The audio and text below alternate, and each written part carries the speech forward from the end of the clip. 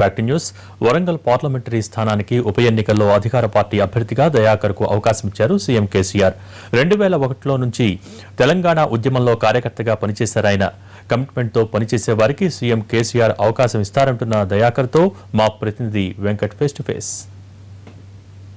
తెలంగాణ రాష్ట్ర సమితిలో నిజంగా ప్రజాస్వామ్యం వర్ధిల్లిందని చెప్పవచ్చు. ఒక సామాన్య కార్యకర్తకు పార్లమెంటుకు పోటీ చేసే అవకాశం ఆ పార్టీ కల్పించింది. పార్లమెంటు నుంచి బరిలో ఉంటున్న పస్నూరు దయాకర్ నాకు అందుబాటులో ఉన్నారు. ఒకసారి మాట్లాడడం. తెలంగాణ విగ్రహ రూపకర్త, అదేవిధంగా పార్టీని నమ్ముకున్న వ్యక్తిగా కేసీఆర్ ప్రాధాన్యత ఇచ్చారు. ప్రస్తుతం దయాకర్ అందుబాటులో ఉన్నారు. దయాకర్ గారు, అడ్వాన్స్ కంగ్రాచులేషన్స్ అండి. మొత్తానికి మీకు మీ అభ్యర్థిత్వం ఎలా ఖరారనుకుంటారు? కమిట్మెంటు 2001 నుండి కేసీఆర్ ముందుగా చెప్పిండు, 2001 స్థానికులై ఉండాలి, ఉద్యమంలో కమిట్మెంట్ ఉండాలి అనే కాన్సెప్ట్ అవన్నీ చూసే ఇచ్చిందని నేను భావించుకుంటున్నా. 2001 నుండి కేసీఆర్ ఏ బాధ్యతలు ఇచ్చినా కానీ కమిట్మెంట్గా నిజాయితీగా చేసినాం కాబట్టి నాకు ఈ అవకాశం ఇచ్చిండ్రు.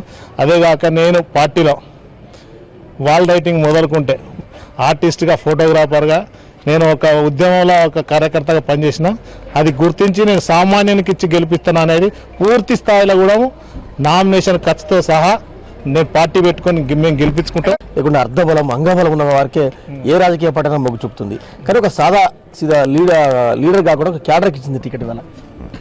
అంటే కేసీఆర్ దృష్టి కూడా సాదా మనుషుల మీదనే ఇంట్రెస్ట్ ఉంటుంది, బడుగు బలహీన వర్గాల మీద, సాదా మనుషుల మీదనే ఇంట్రెస్ట్ ఉంటుంది. కాబట్టి ఒక సామాన్యుని పెద్ద స్థాయిలో నేను చూపించాలనే సంకల్పంతో ప్రభుత్వం కూడా ముందుకు పోతుంది.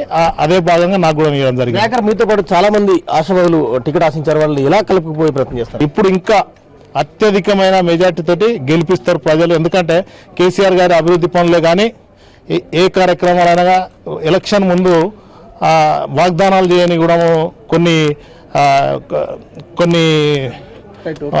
పథకాలు కానీ నిర్మిస్తాను. కాబట్టి ప్రజలు కూడా గ్రామాలలో మొత్తం ఆల్ పార్టీస్ కూడా రాజీనామా చేసి టీఆర్ఎస్ లో కూడా వచ్చినాయి. టీడీపీ మిగిలిన రాజకీయ పార్టీలు కూడా బరిలో ఉన్నాయి. మీకు సంబంధించిన ప్రత్యర్థి ఎవరు అంటున్నారు? మీ మెజార్టీ అంటే ఎంత ఐక్యతో గెలిచే ధీమా మీకుంది? ప్రత్యర్థి అంటే వెనుక ఫస్ట్ తెలంగాణ ఉద్యమంలో ఫస్ట్ స్థాయిలో టీఆర్ఎస్ ఉంటే వెనుక సీట్లు అన్ని ఖాళీ ఉన్నాయి, నంబర్లన్నీ 50, 60 తర్వాత అన్ని ఫుల్ డిపాజిట్ పోయే పరిస్థితి ఉన్నాయి. ఎందుకంటే పబ్లిక్లో కూడా మాకు మేమే ప్రత్యర్థి. టీఆర్ఎస్ శిబిరంలో, గులాబీ శిబిరంలో ఒకంత ఆశలు, ఒకంత ఆనందం వెలువరుస్తుంది. ఎందుకంటే ఒక సాదాసీదా కార్యకర్తకు, సాదాసీదా క్యాడర్ని ఇవాళ టీఆర్ఎస్ పార్టీ గుర్తించి ఎంపిక చేయడం పట్ల హర్షాతిరేకాలు వ్యక్తమవుతున్నాయి. Vote Hyderabad studio.